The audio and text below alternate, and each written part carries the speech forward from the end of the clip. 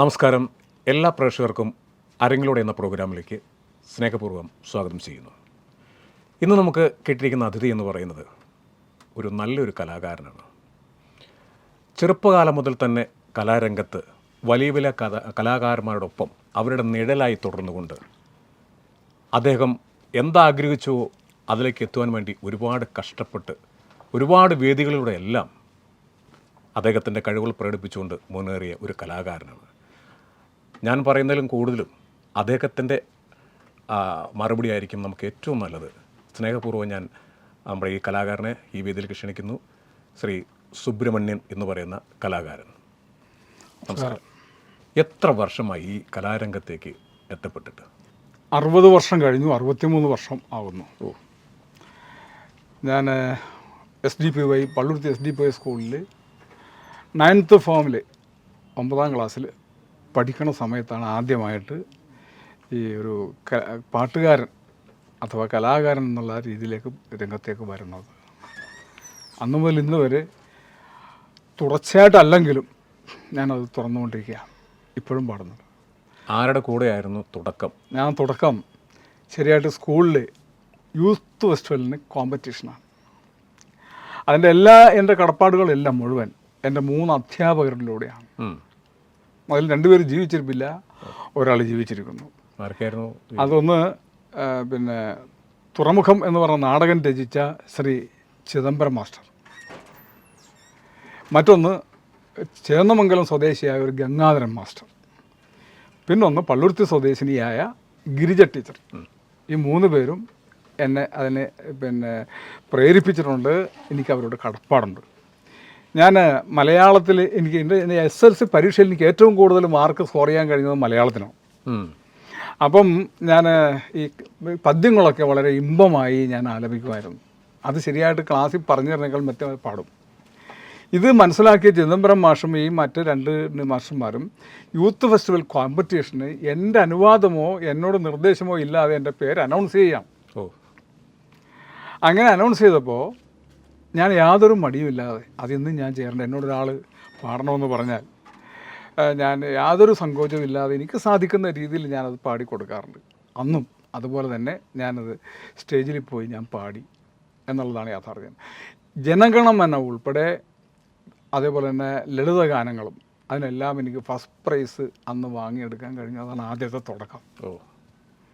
അന്ന് പാടിയ solo competition മഹാനായ പ്രശസ്തനായ പള്ളുരുത്തി സ്വദേശിയായ ശ്രീ MK അർജുനൻ മാസ്റ്റർ സംഗീതം ചെയ്ത ദേവാലയ മണികൾ പാടിയാണ് ഞാൻ അവിടെ പ്രൈസ് വാങ്ങിയത്. 1961 ഇതാണ് എനിക്ക് ആ കാര്യത്തെക്കുറിച്ച് പറയാം. അത് ഭയങ്കര ഭാഗ്യം തന്നെയാണ്. കാരണം എന്ന് വെച്ചാൽ MK അർജുനൻ മാഷിൻ്റെ സംഗീതത്തിൽ ഒരു പാട്ട് പാടാൻ സാധിക്കുക എന്ന് പറയുന്നത് ഭയങ്കര ഒരു ഭാഗ്യം തന്നെയാണ്. കാരണം തീർച്ചയായും ലെജൻഡാണ് അദ്ദേഹം. അഭിമാനവുമുണ്ട്. പ്രത്യേകിച്ചും നിങ്ങൾ നാട്ടുകാരനും കൂടിയാണ്. പക്ഷേ എനിക്ക് തോന്നുന്നു വെച്ചാൽ നമ്മുടെ ഏറ്റവും കൂടുതൽ അഭിമാനം തോന്നുന്നൊരു കാര്യം എന്ന് വെച്ചാൽ ഈ ഇടക്കൊച്ചി അതേപോലെ തന്നെ നമ്മുടെ പള്ളുരുത്തി, ഈ 2 സ്ഥലങ്ങളും കലാകാരന്മാരുടെ ഒരു ഭയങ്കരമായൊരു കൂട്ടായ്മയുള്ള സ്ഥലമാണ് അല്ലേ? എത്രയോ കലാകാരന്മാരുണ്ട്. ഇതൊന്നും പലരും അറിയപ്പെടാതെ കിടക്കുന്ന ഒത്തിരി കലാകാരന്മാരുണ്ട്. കുറച്ച് കലാകാരന്മാരൊക്കെ അറിയപ്പെടുന്ന കലാകാരന്മാരുണ്ട്. ഈ അറിയപ്പെടാത്ത കലാകാരന്മാരെ സംബന്ധിച്ചെന്ന് പറഞ്ഞാൽ അവരുടെ കലാരംഗം അത് ഈ മറ്റുള്ളവരിലേക്കൊന്നും നമുക്ക് എത്തിച്ചു കൊടുക്കാനായിട്ട് ഒരുപാട് ആഗ്രഹിക്കുന്ന ഒത്തിരി ആളുകളുമുണ്ട്. അപ്പം ഞാൻ കേട്ട ഒരു കാര്യം എന്താണെന്ന് വെച്ച് കഴിഞ്ഞാൽ KD ഭാസി എന്ന് പറയുന്ന അതുല്യനായൊരു ഹാർമോണിസ്റ്റ്, അദ്ദേഹത്തിൻ്റെ വിരൽത്തുമ്പോൾ തന്നെ പോലും എന്താ പറയുന്നത് ശരവേഗത്തിൽ ഹാർമോണിയത്തിലൂടെ പാഞ്ഞു പോകുന്ന ഒരു കലാകാരനായിരുന്നു അദ്ദേഹം. അദ്ദേഹത്തിൻ്റെ നിഴൽ പോലെ കാലങ്ങളായിട്ട് കൂടെ ഉണ്ടായിരുന്നു എന്ന് കേട്ടു. തീർച്ചയായും. അതെ. അപ്പോൾ അതൊരു വലിയൊരു ഭാഗ്യം തന്നെയാണ്. കാരണം അത്രയും ഇരുത്തം വന്ന കലാകാരന്മാരുടെ ഒപ്പം തന്നെ സഞ്ചരിക്കുക. വളരെ കുഞ്ഞായിരുന്ന കാലം തൊട്ട് തന്നെ. എത്രാമത്തെ വയസ്സിലായിരുന്നു അദ്ദേഹത്തിൻ്റെ ഒപ്പം ഉണ്ടായിരുന്നത്? 16 വയസ്സിൽ തന്നെ. അപ്പം അദ്ദേഹത്തിൻ്റെ ഒപ്പം ഒരുപാട് വേദികൾ പങ്കിടാനുള്ള അവസരങ്ങളും കിട്ടിയിട്ടുണ്ട്. അപ്പോൾ അദ്ദേഹത്തിൻ്റെ കൂടെ പാട്ടുകൾ പാടുമ്പോൾ ഈ ഏറ്റവും ഇഷ്ടം തോന്നിയ പാട്ടുകൾ ഏതായിരുന്നു? ഉണ്ട്. അതിൽ ആദ്യമായിട്ട് പറയാനുള്ളത് ഈ ഭാസ്യട്ടൻ്റെ എടിപുരം ഭാസി ഹാർമോണിസ്റ്റ് ഇപ്പോൾ പറഞ്ഞ രീതിയിലുള്ളൊരു ഹാർമോണിസ്റ്റിനേക്കാൾ ഉപരി തന്നെ സംഗീത സംവിധായകനുമായിരുന്നു. അദ്ദേഹം സംഗീതം സംവിധാനം ചെയ്യാൻ വേണ്ടി വരുമ്പോൾ അത് ചെയ്യാൻ തുടങ്ങുമ്പോൾ ഞാൻ ആ സ്പോട്ടിലുണ്ടാവും, ആ സ്ഥലത്തുണ്ടാവും. ചെയ്ത് കഴിയുമ്പോൾ ഞാൻ പഠിച്ചിരിക്കും. അങ്ങനെ എന്തോ ഒരു അനുഗ്രഹീത കഴിവ് കൂടി എനിക്ക് ആ കാലത്ത് ഉണ്ടായിരുന്നു എന്നുള്ളൊരു സത്യമാണ്. പറഞ്ഞു തരുന്നതിന് മുന്നേ പഠിച്ചെടുക്കും. പറഞ്ഞു തരുന്നതോടൊപ്പം തന്നെ അതാണ് പഠിച്ചെടുക്കും. അത് ബാസ്യറിൻ്റെ സഹായം കൂടിയായിരുന്നു. ബാസ്യറിന് മറ്റുള്ളവരെ പറഞ്ഞു കൊടുക്കാൻ എന്നെ ഉപയോഗിച്ചിരുന്നു, എന്നെ സഹായിച്ചിരുന്നു. അത് അങ്ങനെയാണ് ഈ പാട്ടുകൾ കൂടുതൽ. ഇന്ന് എടിപുരം ഭാഷയുടെ ആ പാട്ടുകൾ അറിയാവുന്ന ഒരേ ഒരാൾ ഞാനായിട്ട് അവശേഷിച്ചിരിക്കുക. ഓ ശരി.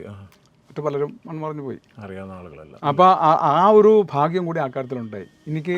ആ പെട്ടെന്ന് ബാസ്യറിൻ്റെ എടിപുരം ഭാഷയുടെ പാട്ട് ഞങ്ങൾ വിളിക്കുന്നത് ബാസ്യരൻ എന്നാണ് എളുപ്പത്തിലുണ്ട്. അപ്പോൾ എടിപുരം ഭാഷയുടെ പാട്ട് ഒന്ന് പാടുമെന്ന് പറഞ്ഞു കഴിഞ്ഞാൽ പെട്ടെന്ന് മനസ്സിലേക്ക് വരുന്ന പാട്ട്, എന്നെ ആകർഷിച്ചിട്ടുള്ള പാട്ട്, എൻ്റെ മനസ്സിൽ തങ്ങി നിൽക്കുന്ന ഒരു പാട്ട് ഇതാണ്. ഞങ്ങൾക്ക് വേണ്ടി ഒന്ന് പാടുക. വാടാമലരിൻ മാലയുമായി വന്നതെന്തിനു വസന്തമേ, മറഞ്ഞു പോട്ടെ മറഞ്ഞു പോട്ടെ കഴിഞ്ഞ കാലങ്ങൾ, കഴിഞ്ഞ കാലങ്ങൾ.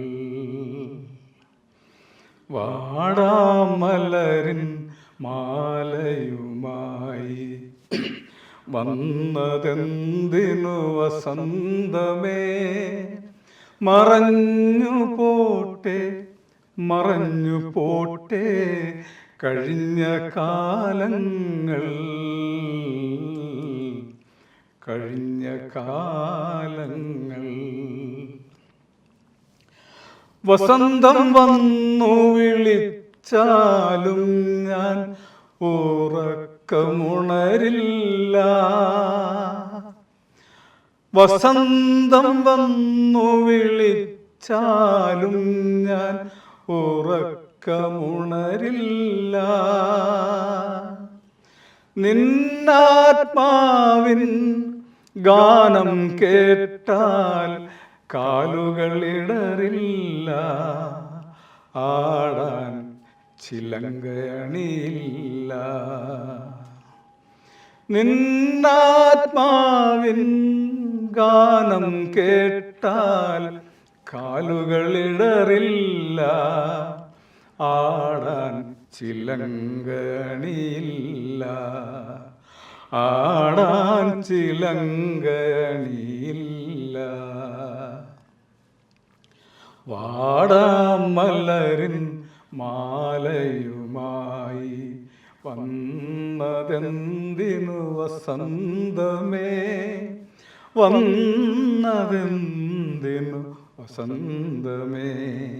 ശരിക്കും പറഞ്ഞാൽ ഈ പാട്ടുകളൊന്നും മറ്റുള്ളവരിലേക്ക് അധികം എത്താത്ത പാട്ടുകളാണ് തോന്നുന്നത്. അതെ, അദ്ദേഹം ചെയ്തു വെച്ചിരിക്കുന്ന ഒരുപാട് ഗാനങ്ങൾ ഈ ഒരു പാട്ടിൽ നിന്ന് തന്നെ നമുക്ക് മനസ്സിലാക്കാം. അദ്ദേഹം എഴുതി വെച്ചിരിക്കുന്ന പാട്ടുകളും സംഗീതം നൽകിയിരിക്കുന്ന പാട്ടുകളും എല്ലാം അത്രത്തോളം ശരിക്കും പറഞ്ഞാൽ പോപ്പുലറായി പോകേണ്ട പാട്ടുകൾ തന്നെയായിരുന്നു ഇതൊന്നും. അതെ അതെ. ഇതൊക്കെ ശരിക്കും പറഞ്ഞാൽ എന്താണ് ഈ വേദികൾ മാത്രമായിരുന്നു, അതോ മറ്റ് ശരിക്കും പറഞ്ഞാൽ അന്നത്തെ കാലത്ത് റെക്കോർഡിങ്ങിലൊന്നും പോയിട്ടില്ല? ഇല്ല ഇല്ല ഇല്ല. നാടകത്തിൽ പാടി ലൈവായിട്ട് പോകുന്നതാണ്. തീ പിടിച്ച ആത്മാവെന്ന് പറഞ്ഞ നാടകത്തിന് വേണ്ടി ചെയ്ത പാട്ടുകളാണ് ഇതൊക്കെ അന്നത്തെ കാലത്ത് സ്റ്റേജിൽ തന്നെ നമ്മൾ ലൈവ്. അതെ അതെ അതെ. മാത്രമല്ല ഇതിന് ഒരു വേറൊരു പ്രാധാന്യം കൂടി. ഈ നാടകങ്ങളിൽ ഇമിറ്റേഷൻ സംഗീതം ട്യൂൺസ് ഉപയോഗിച്ചിരുന്ന ഒരു കാലത്താണ് എടിപുരം ഭാസി എടക്കൊച്ചിലി തീപിടിച്ചാത്മാവ്, CL ജോസഫ് തീപിടിച്ചാത്മാവ് എന്ന് പറഞ്ഞ നാടകത്തിന് വേണ്ടി തനതായ ശൈലിയിൽ ഈ പിന്നെ സംഗീതം ചെയ്യുന്നത്. അങ്ങനെ ഒരു പ്രാധാന്യം കൂടിയാണ്. അതിന് വേറെ 1, 2, 3 ചെയ്തിട്ടുണ്ട്. പക്ഷേ അതിൽ കൂടുതൽ പോപ്പുലറായും ഇമ്പമാർന്ന ഗാനങ്ങളായി മാറിയത് ഈ പാട്ടുകളാണ്. അതൊരു ഭയങ്കരം. കാരണം വെച്ചാൽ ഇതൊന്നും മറ്റുള്ള ജനങ്ങളിലേക്ക് അറിയപ്പെടാതെ പോകുന്നു എന്ന് ഓർക്കുമ്പോൾ നമുക്ക് വളരെ സങ്കടം തോന്നുന്ന കാര്യം തന്നെയാണ്. ഇപ്പോൾ സാറ് പറഞ്ഞതുപോലെ തന്നെ ഇന്ന് ഈ പാട്ടുകൾ അറിയാവുന്ന ആളുകൾ ജീവിച്ചിരിക്കുന്നത് ഞാൻ മാത്രമേ ഉള്ളൂ എന്ന് പറയുമ്പോൾ തന്നെ ഇതോടുകൂടി ഈ ശരിക്കും പറഞ്ഞു കഴിഞ്ഞാൽ എനിക്ക് തോന്നുന്നത് ഈ അറിയുന്ന ആൾക്കാരുടെ എണ്ണങ്ങൾ കുറഞ്ഞു വരുന്നു എന്നുള്ളതാണല്ലേ. അതൊക്കെ ശരിക്കും പറഞ്ഞാൽ നമ്മൾ എവിടേക്കോ രേഖപ്പെടുത്തി വെക്കേണ്ട പാട്ടുകളാണ്. പിന്നെ ആരുടെയൊക്കെ കൂടെയായിരുന്നു? ശരിയായിട്ട് ഞാൻ പശ്ചിമ കൊച്ചിയിലെ മാത്രമല്ല എറണാകുളം ജില്ലയിലെ അമച്വർ രംഗത്തായിരുന്നു ഞാൻ പ്രൊഫഷണലായിട്ട് കൂടുതൽ പോയി. എന്നാൽ പോയിട്ടുണ്ട്. പിന്നെ അതുപോലെ തന്നെ ട്രാക്ക് പാടാനായിട്ട് ഞാൻ പോയിട്ടുണ്ട്. വിപ്ലവ ഗാനങ്ങൾക്ക് ട്രാക്ക് പാടിയിട്ടുണ്ട് ഞാൻ. പിന്നെ അതുപോലെ തന്നെ ഈ പശ്ചിമ കൊച്ചിയിലെയും എറണാകുളം ജില്ലയിലും പ്രധാനപ്പെട്ട് ഏതാണ്ട് കടവന്തറ മുതൽ ബാവ എന്ന് പറയുന്ന സംഗീത സംവിധായകൻ മുതൽ വൈപ്പിൻ സുരേന്ദ്രൻ, പ്രശസ്തനായ വൈപ്പിൻ സുരേന്ദ്രൻ, അതുപോലെ തന്നെ MG ബേബി, പിന്നെ അർജുന മാഷിൻ്റെ പാട്ടുകൾ പലതും പാടിയിട്ടുണ്ട്. ഓ പിന്നെ അതേപോലെ എടിപുരം വേലപ്പൻ, ശശി, പിന്നെ അതുപോലെ തന്നെ പള്ളുരുത്തി സ്വദേശിയായ ഇടക്കാലത്ത് കൊല്ലത്ത് പോയിരുന്ന ചിദംബരനാഥ് എന്ന് പറഞ്ഞ ഒരാളുടെ പാട്ട്.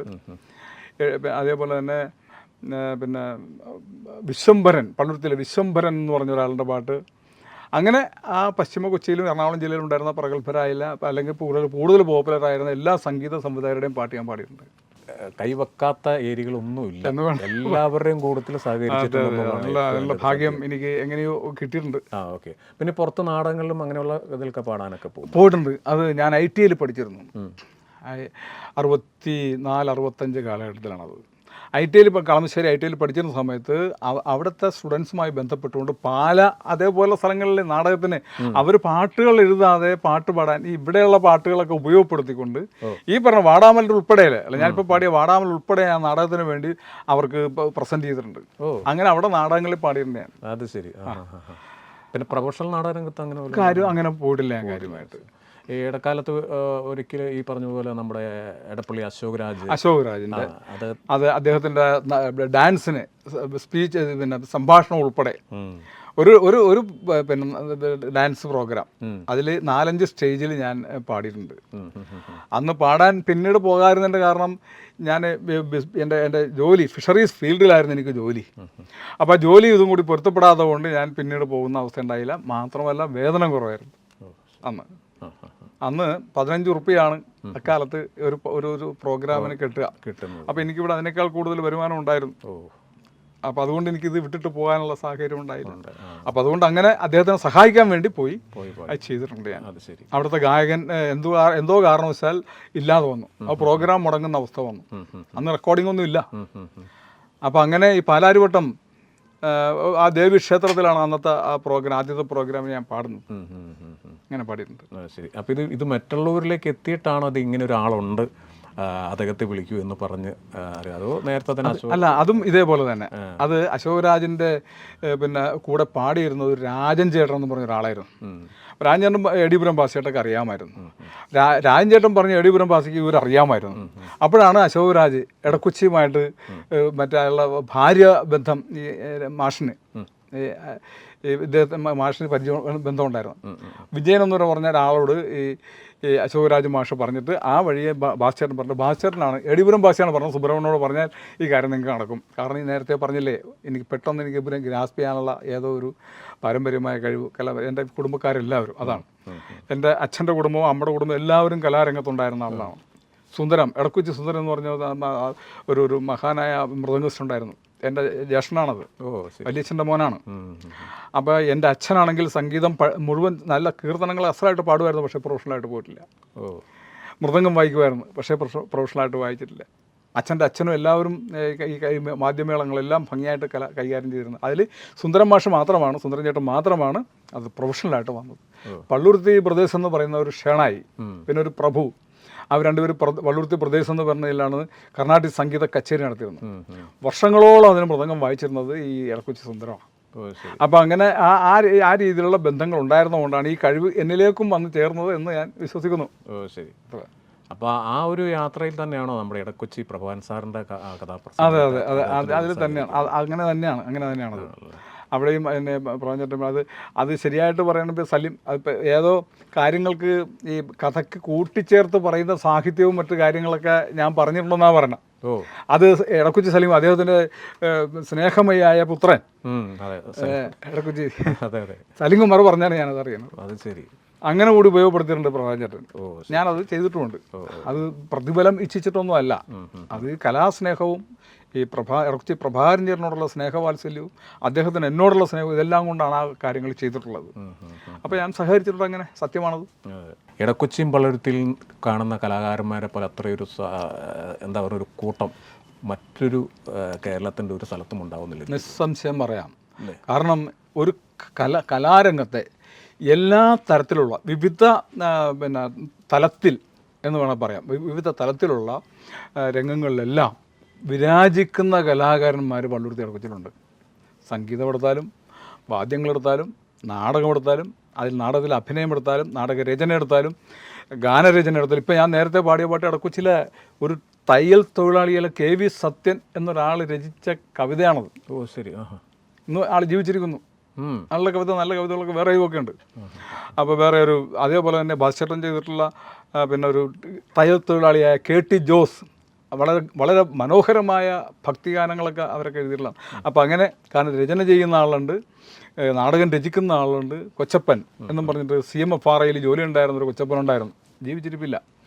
ജോലി ചെയ്ത് കിട്ടുന്ന മുഴുവൻ പൈസയും അദ്ദേഹം ഈ നാടകരംഗത്തിന് വേണ്ടി ചെലവഴിച്ചിരുന്നു. ഞാൻ ആദ്യമായിട്ട് നാടകത്തിൽ പാടുന്ന കൊച്ചപ്പൻ്റെ നാടകത്തിലാണ്. അങ്ങനെ വേണ്ട സംഗതി. അപ്പോൾ അങ്ങനെ ഒരു കലയുടെ എല്ലാ വശങ്ങളിലുള്ള ആൾ ഇടക്കൊച്ചി പള്ളുരുത്തി പ്രദേശങ്ങളിൽ ജീവിച്ചിരുന്നു എന്നുള്ളതാണ് സത്യം. സംവിധായകർ, ഇപ്പോൾ സംഗീത സംവിധായകൻ പിന്നെ മണവാളൻ ജോസ് കൊച്ചിക്കാരനാണ്. ഇപ്പോൾ സാംബശിവൻ്റെ കൂടെ തബല വായിച്ചിരുന്ന ഒരു വിരൽ മാത്രമുള്ള ഇടത് കയ്യിൽ ഒരു വിരലേ ഉള്ളൂ മണവാളൻ ജോസഫിൻ്റെ ജ്യേഷ്ഠനായിരുന്നു രാജപ്പഞ്ചേട്ടൻ. രാജപ്പഞ്ചേട്ടനാണ് തബല വായിച്ചിരുന്നത്. അത് സാംബശിവൻ്റെ കൂടെ വർഷങ്ങളോളം ചെയ്തിരുന്നു. ക്ലാർനെറ്റ് രംഗത്ത് നെടുങ്ങാട് സെബാസ്റ്റ്യൻ കഴിഞ്ഞ് കഴിഞ്ഞാൽ അടുത്ത സ്ഥാനത്ത് പിന്നെ ബാപ്പു, പിന്നെ ചുള്ളിക്കൽ ബാപ്പു, അദ്ദേഹത്തിൻ്റെ അനിയൻ വർഗീസ്, അങ്ങനെ രണ്ടുപേരാണ് പിന്നെ വളരെ വളരെ ഗംഭീരമായി ക്ലാർനെറ്റ് രംഗത്തുണ്ടായിരുന്നത്. സാക്സ് വായിക്കുന്നതിന് തുല്യമായി തന്നെ ക്ലാർനെറ്റ് ഉപയോഗിക്കുമായിരുന്നു. ഇങ്ങനെയൊക്കെ അതാണ് അതിനെപ്പറ്റി എനിക്ക് ചുരുക്കി പറയാനുള്ളതാണ്. ഈ യാത്രകൾക്കിടയിൽ എന്തെങ്കിലും നമുക്ക് എന്തെങ്കിലും സങ്കടകരമായിട്ടുള്ള കാര്യങ്ങൾ എന്തെങ്കിലും ഉണ്ടായിട്ടുണ്ട്? ശരിയായിട്ട് പറഞ്ഞ ഒറ്റ പ്രാവശ്യം. കാരണം അത് ആ സങ്കടവും ഉണ്ടായിട്ടുണ്ട്, അതോടൊപ്പം തന്നെ അതേ ആളുകളിൽ നിന്ന് തന്നെ എനിക്ക് വളരെ സന്തോഷകരമായ അനുഭവങ്ങളും ഉണ്ടായിരുന്നു. ഓ ശരി. ജോസി പെരേര എന്ന ഒരു വളരെ വളരെ ഭംഗിയായി അഭിനയിച്ചിരുന്ന നാടക നടനം ഉണ്ടായിരുന്നു. ജോസി പെരേര നാടകം രചിച്ചിട്ടുണ്ട്. അതോടൊപ്പം തന്നെ നല്ല അഭിനേതാപരം, അയാൾ ഗീതയിലൊക്കെ അഭിനയിച്ചിട്ടുള്ള ആളാണ്. അങ്ങനെ ശരി. അപ്പം ജോസി പെരേര ഒരു നാടകത്തിൽ പാടാൻ വേണ്ടി ഞാൻ പാട്ട് പഠിച്ചു. ഭാസ്കരൻ്റെ പാട്ടുമാണ് അത്. അതിൽ ചെറിയ സ്വരങ്ങളുണ്ട്. ഞാൻ സംഗീതത്തിൻ്റെ ബാലപാഠങ്ങൾ മാത്രം ഹൃദയമായിട്ടുള്ള ഒരാളാണ്. അതിനപ്പുറത്തെ കീർത്തനത്തിലേക്കോ മറ്റേതിലേക്കൊന്നും പോകാൻ സരളവരിശകൾ പോലും തന്നെ പൂർത്തിയാക്കിയിട്ടില്ല. പക്ഷേ എങ്കിൽ തന്നെ ഞാനത് ഈ സ്വരങ്ങൾ അത്യാവശ്യം കൈകാര്യം ചെയ്തിരുന്നു. ഈ പാട്ടിലും ഉണ്ടായിരുന്ന അല്പം സ്വരങ്ങൾ, ആ സ്വരങ്ങളൊന്ന് പറഞ്ഞോട്ടെ ഞാൻ. തീർച്ചയായിട്ടും. സാനിധമഗ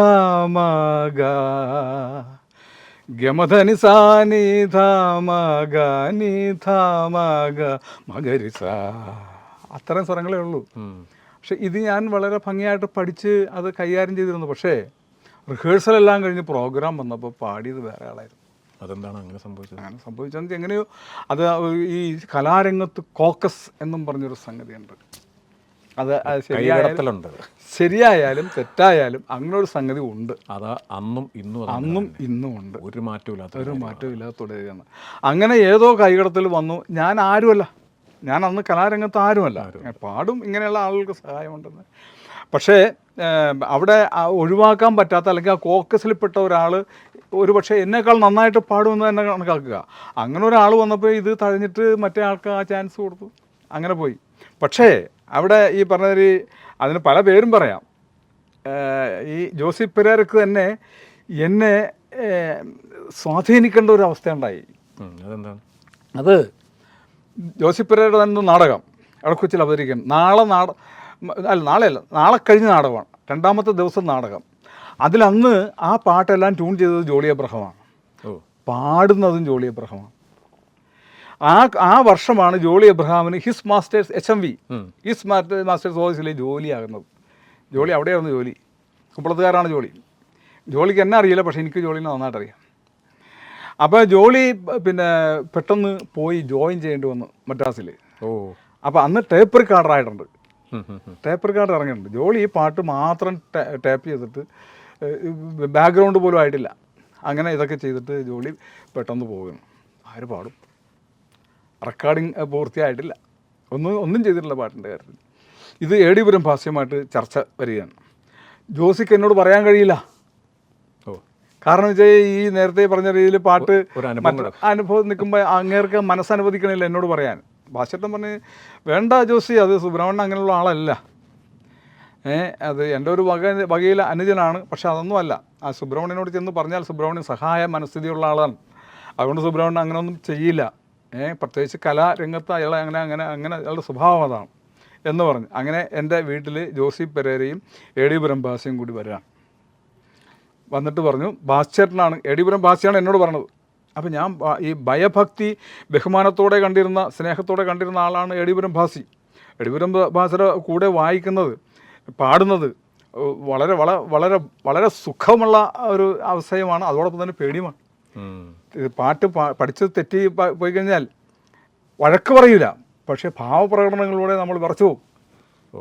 അങ്ങനെ ഒരു കാര്യം കൂടെ ഉണ്ടായിരുന്നു. സംസാരമില്ല. അപ്പം അങ്ങനെയുള്ള അതുകൊണ്ട് ഭയമുണ്ട്, സ്നേഹമുണ്ട്, അതോടൊപ്പം തന്നെ ബഹുമാനമുണ്ട്, ഇതെല്ലാം ഉണ്ട്. ഭാസ്കരൻ പറഞ്ഞു, മോനെ ഒരു ജോസിക്കൊരു സഹായം ചെയ്ത് കൊടുക്കുക. ഇങ്ങനെയാണ് പറഞ്ഞത്. ഈ പറഞ്ഞ ഈ കറക്റ്റ് വാക്കാണ് ഞാൻ പറഞ്ഞത്. മോനെ ജോസിക്കൊരു സഹായം ചെയ്ത് കൊടുക്കുക, ജോസിയുടെ നാടകത്തിൽ പാടണം, ജോളി ഇങ്ങനെ പോയി എന്ന് പറഞ്ഞു.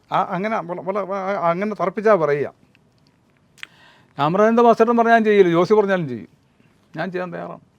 അങ്ങനെ ഒറ്റ ദിവസം കൊണ്ട് 6, അന്ന് പാട്ട് കൂടുതലാണ് നാടകങ്ങളിലൊക്കെ, സിനിമയിലും അതെ. ഈ 6 പാട്ടും ഞാൻ പഠിച്ചില്ല. ഞാൻ ഓർക്കണില്ല, ആ കവിതയൊക്കെ ഞാൻ മറന്നുപോയി. ആ പാട്ടില്ല ഞാൻ അതിലും ഈ ആ പാട്ടുകളെല്ലാം പഠിച്ച് നാടകത്തിൽ ഞാൻ തന്നെ പാടി. അപ്പോൾ നോക്കണം, ഞാൻ എന്തുമാത്രം മാനസികമായി വിഷമിച്ചു, അതിനേക്കാൾ കൂടുതൽ സന്തോഷിക്കുന്ന അവസരം കൂടി എനിക്കതിൽ ഉണ്ടായിട്ടുണ്ട്. അപ്പം അങ്ങനെ ഈ സംഗീതത്തിൽ അത്രത്തോളം നമ്മൾ മനസ്സുകൊണ്ട് നമ്മൾ അതിനോട് ഇഷ്ടപ്പെട്ട് നമ്മളത് ചേർന്ന് നിൽക്കുമ്പോൾ അതിനൊരു അവസരങ്ങൾ നമുക്ക് കിട്ടുകയും നമ്മൾ ആഗ്രഹിക്കുന്ന, അല്ലെങ്കിൽ കൂടി ചേർന്ന് നടക്കാൻ ആഗ്രഹിക്കുന്ന ഈ എ ഡി ബ്രഹ്മഭാസി എന്ന് പറയുന്ന കലാകാരൻ്റെ പാട്ടുകൾ പാടാനുള്ള അവസരം നമുക്ക് കിട്ടുകയും ചെയ്തു. അതുപോലെ തന്നെ അദ്ദേഹം മുഖേന വേറെയും അവസരം നമുക്ക് കിട്ടുകയും ചെയ്തു. അപ്പോൾ നമുക്ക് അദ്ദേഹത്തെ ഒരിക്കൽ കൂടി നമുക്ക് ഓർത്തുകൊണ്ട് അദ്ദേഹത്തിൻ്റെ ഒരു ഗാനം കൂടി ഒന്ന് പ്രേക്ഷകർക്ക്. കാൽവരി മലയിൽ കയറും മുമ്പേ കരുണയ്ക്കായി ഞാൻ കരയുന്നമ്മേ, കാരിരുമ്പാണികൾ തറക്കും മുമ്പേ കണ്ണീരൊപ്പാൻ നീ വരില്ലേ. കാൽവരി മലയിൽ കയറും മുമ്പേ കരുണയ്ക്കായി ഞാൻ കരയുന്നമ്മേ, കാരിരുമ്പാണികൾ തറക്കും മുമ്പേ കണ്ണീരൊപ്പാൻ നീ വരില്ലേ. വിധിയേകിയൊരീ കുരിശുമായി ഞാൻ വേച്ചു വേച്ചു നടക്കുമ്പോൾ, വിധിയേകിയൊരീ കുരിശുമായി ഞാൻ വേച്ചു വേച്ചു നടക്കുമ്പോൾ, ദുഃഖത്തിൻ്റെ യെരൂശലേം വീഥിയിൽ തളർന്നു തളർന്നു ദീനനായി ഞാൻ. ഭാസ്കരൻ്റെ പാട്ടുകളെല്ലാം പാടുമ്പോൾ തന്നെ മറ്റു പാട്ടുകളിലേക്ക് എങ്ങനെയായിരുന്നു ശ്രദ്ധ തിരിച്ചിരുന്നു? ഞാൻ ട്രേഡ് യൂണിയൻ രംഗത്ത് പ്രവർത്തിച്ചിരുന്ന ഒരാൾ കൂടിയാണ്. അപ്പോൾ ശരിയായിട്ട് വിപ്ലവഗാനം കൂടി ഇതിന് സൈമിൾട്ടേനിയസ് ആയിട്ട് സമാന്തരമായി ഞാൻ പഠിക്കുകയും അത് മുന്നോട്ട് കൊണ്ടുപോവുകയും ചെയ്തിട്ടുണ്ട്. അതിൽ ഏറ്റവും കൂടുതൽ കുമരകൻ രാജപ്പൻ ചേട്ടൻ്റെ പാട്ടാണ് ഏറ്റവും കൂടുതൽ പാടിയിട്ടുള്ളത്. അത് വാഹനജാഥകൾക്ക് ഞാൻ സഹകരിച്ചിട്ടുണ്ട്. അത് LIC എംപ്ലോയീസ് യൂണിയൻ്റെ ഉണ്ട്, മറ്റ് സംഘടനകളുടെ ഉണ്ട്, DYFയുടെ ഉണ്ട്. അതിനെല്ലാം വാഹനജാഥകൾക്ക് ഞാൻ അനുഗമിച്ചിട്ടുണ്ട്, ജാഥകൾ അനുഗമിച്ചിട്ടുണ്ട്. അവിടെയൊക്കെ ഗായക സംഘത്തിനെ കണ്ടക്ട് ചെയ്തിട്ടുണ്ട് ഞാൻ. ഒരു ഓർക്കസ്ട്ര അതുകൂടിയുണ്ട്. ഈ കലാരംഗത്തും ഈ ട്രേഡ് യൂണിയൻ രംഗത്തുമുള്ള പാട്ടുകൾ, വിപ്ലവഗാനങ്ങളും മറ്റു പാട്ടുകളും നാടകഗാനങ്ങളില്ല. നാടകഗാനങ്ങൾ ഇപ്പോൾ പറഞ്ഞാൽ ഇപ്പോൾ അതിൽ തന്നെ ഇപ്പോൾ എന്താണ് സിയോ ആൻഡ്രോ ബായിയുടെ ആരാധകനാണ് ഞാൻ. ഏതെല്ലാം സ്റ്റേജിൽ അത് കൂട്ടി പറഞ്ഞോട്ടെ, ഏതെല്ലാം സ്റ്റേജിൽ ഞാൻ പാടിയിട്ടുണ്ടോ അവിടെയെല്ലാം സിയോ ആൻഡ്രോൻ്റെ ഒരു പാട്ടുണ്ടാവും. ഒന്ന് മധുരിക്കോർമ്മകളെയാണ് അത് ഏറ്റവും കൂടുതൽ പാടുന്നത്. അതല്ലെങ്കിൽ വീടിന് പൊന്മണി വിളക്കുന്ന കുടുംബിനി എന്ന് പറഞ്ഞ സമയം. ഈ 2 പാട്ടിൽ ഏതെങ്കിലും ഒന്ന് ഞാൻ സ്ഥിരമായിട്ട് പാടിയിരിക്കും. അതേപോലെ വിപ്ലവഗാനങ്ങളിൽ കുമരകൻ രാജപ്പഞ്ചേട്ടൻ്റെ ഒരു പാട്ടുണ്ട്, അത് നിർബന്ധമായിട്ട് പാടിയിരിക്കും. ബാക്കി അതിൻ്റെ കൂടെ വേറെ സഹാക്കളെ മുന്നോട്ട് അങ്ങനെയുള്ള പല പാട്ടുകളും. അത് ഞാനൊന്ന് കേൾപ്പിക്കാം. തീർച്ചയായിട്ടും. ഓ ഓ ഓ ഓ സഖാക്കളുടെ ചോരയിൽ പൂവിട്ട ചെങ്കൊടിക്കു മരണമില്ല മക്കളെ. പുലമാടത്തറകളിലെ പെൺകൊടിമാർ തേച്ചു വെച്ച പൊന്നരുവാൾ തകരുകില്ല മക്കളെ. കയ്യൂർ സഖാക്കളുടെ ചോരയിൽ പൂവിട്ട ചെങ്കൊടിക്കു മരണമില്ല മക്കളെ. പുലമാടത്തറകളിലെ പെൺകൊടിമാർ തേച്ചു വെച്ച പൊന്നരുവാൾ തകരുകില്ല മക്കളെ. നാടടക്കി നാലുകെട്ടിൽ വാണകുടില ജന്മികൾ ധീരരാം സഖാക്കളെ ചതിച്ചു കൊന്ന നാളുകൾ. നാടടക്കി നാലുകെട്ടിൽ വാണകുടില ജന്മികൾ ധീരരാം സഖാക്കളെ ചതിച്ചു കൊന്ന നാളുകൾ. ഇല്ല നാം മറക്കുകില്ല, ഇല്ല നാം പൊറുക്കുകില്ല, ഇല്ല നാം സഹിക്കുകില്ല ജീവനുള്ള നാൾ വരെ.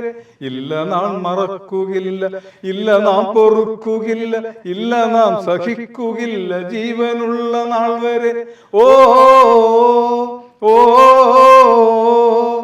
ഓ ഓ കയ്യൂർ സഖാക്കളുടെ ചോരയിൽ പൂവിട്ട ചെങ്കൊടിക്കു മരണമില്ല മക്കളെ. പുലമാടത്തറകളിലെ പെൺകൊടിമാർ തേച്ചു വെച്ച പൊന്നരുവാൾ തകരുകില്ല മക്കളെ.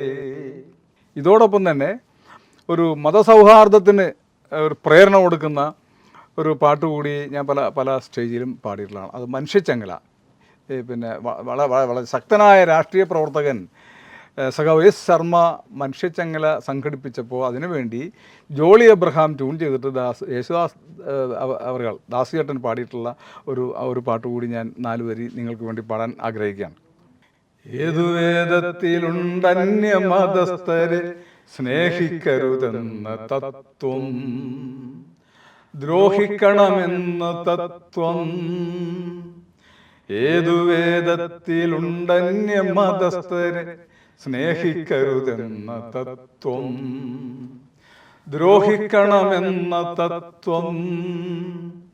ഗീതയിലുണ്ടോ, ബൈബിളിലുണ്ടോ, ഖുറാനിലുണ്ടോ? പറയൂ പറയൂ പറയൂ. ഏതു വേദത്തിലുണ്ടന്യമതസ്ഥരെ സ്നേഹിക്കരുതെന്ന തത്വം, ദ്രോഹിക്കണമെന്ന തത്വം. അങ്ങനെ തുടങ്ങുന്ന ഒരു പാട്ട് ഒത്തിരി സ്റ്റേജുകളിൽ പാടിയിട്ടുണ്ട്. ഈ പാട്ടുകളുടെ എനർജി പോലെ തന്നെ ഇനി അങ്ങോട്ടുള്ള ജീവിതത്തിലും ഇനിയുള്ള കലാപ്രവർത്തനത്തിലും ഈ എനർജി തന്നെ ഉണ്ടാവട്ടെ എന്ന് ഞാൻ സ്നേഹപൂർവ്വം ഞാൻ ആശംസിക്കുകയാണ്. വളരെ സന്തോഷം. നിങ്ങളുടെ സഹായവും പിന്നെ എന്താ പറയുക, എൻ്റെ സാഹോദര്യ മനോഭാവവും എനിക്കുണ്ടെങ്കിൽ തീർച്ചയായിട്ടും അങ്ങനെ തന്നെ ചെയ്യാൻ ശ്രമിക്കുമെന്ന് വാക്ക് തരിക. വളരെ സന്തോഷം. ഇന്ന് ഈ ദിവസം ഞങ്ങൾക്ക് വേണ്ടി ചെലവഴിച്ച് ഇത്രയും സമയം അങ്ങയുടെ ഈ ജീവിതത്തിൻ്റെ യാത്രയിൽ, ഈ കലായാത്രയിൽ നടന്ന എല്ലാ കാര്യങ്ങളും നമ്മളോട് പങ്കുവച്ചതിൽ വളരെ സന്തോഷമുണ്ട്. ഇനി അങ്ങോട്ടുള്ള യാത്രകളും ഇനിയുള്ള കലാപ്രവർത്തനങ്ങളും അതോടൊപ്പം 27-ാം തീയതി നടക്കാൻ പോകുന്ന ജന്മനാടിൻ്റെ ആ സ്നേഹാദരവും എല്ലാം ഞങ്ങൾക്ക് വലിയൊരു സന്തോഷകരമായിട്ടുള്ള ഒരു നിമിഷമായി തീരട്ടെ എന്ന് സ്നേഹപൂർവ്വം ആശംസിച്ചുകൊണ്ട് അരങ്ങിലൂടെ ഇന്നത്തെ പ്രോഗ്രാം ഇവിടെ അവസാനിക്കുന്നു. നന്ദി, നമസ്കാരം. എന്നോട് കാണിച്ച ഈ സ്നേഹാദരവിന് എൻ്റെയും എൻ്റെ കുടുംബത്തിൻ്റെയും എൻ്റെ സുഹൃത്തുക്കളുടെയും സഹാക്കളുടെയും എല്ലാവരുടെയും അഭിനന്ദനവും സന്തോഷവും നിങ്ങളുമായി പങ്കിടുന്നു. നന്ദി, നമസ്കാരം.